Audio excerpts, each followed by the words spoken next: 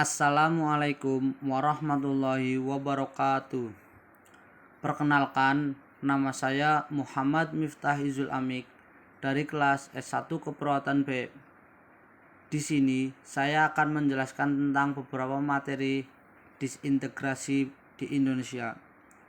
Sebelumnya, saya akan menjelaskan materi-materi tentang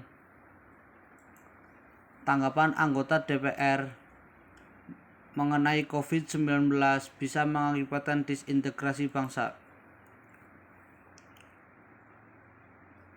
Anggota Komisi 3 DPR RI Ahmad Dimyati Natakusuma mengatakan virus COVID-19 bisa mengakibatkan disintegrasi bangsa.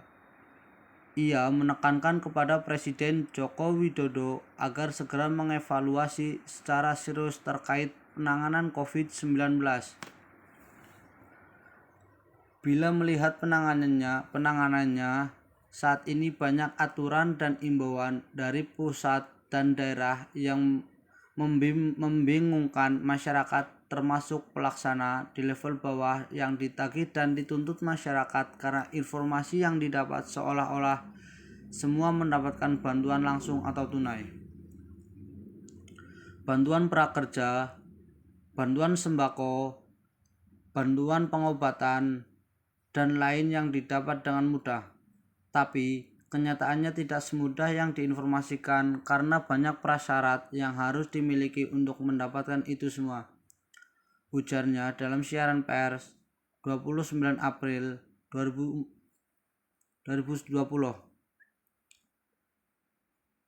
Simpang siurnya informasi mengenai bantuan mengakibatkan persoalan besar di lapangan. Muncul saling menyalahkan dan saling curiga, baik di tingkat masyarakat, pelaksana di level RT RW, desa atau kelurahan, kecamatan, satuan kerja perangkat daerah, dan kabupaten atau kota.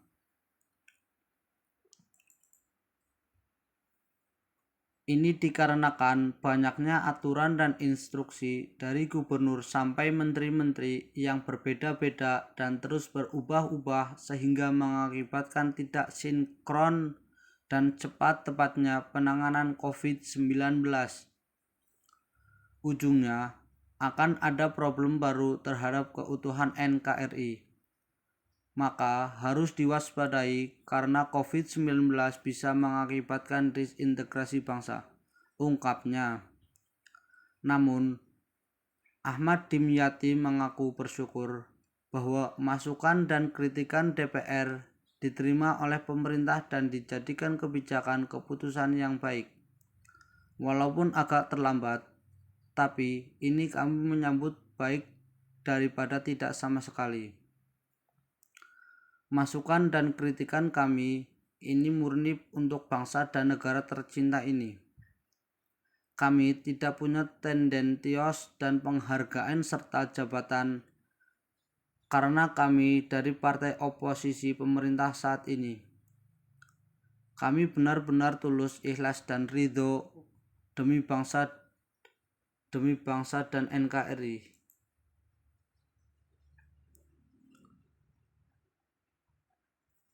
Ahmad Dimyati berharap Presiden segera mengambil inisiasi membuat aturan Perpres yang secara holistik dalam penanganan COVID-19.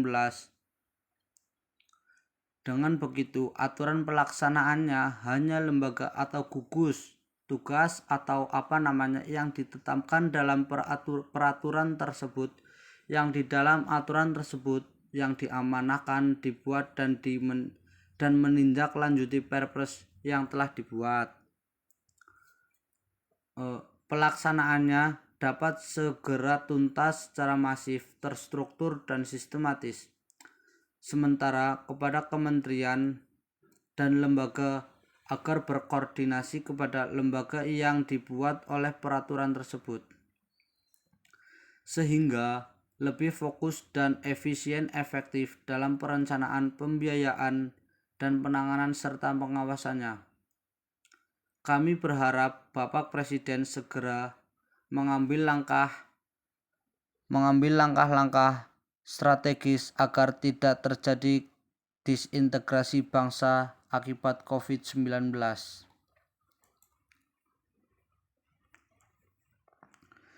Di sini saya menuliskan latar belakang tentang masalah-masalah atau kasus-kasus dan materi-materi di atas.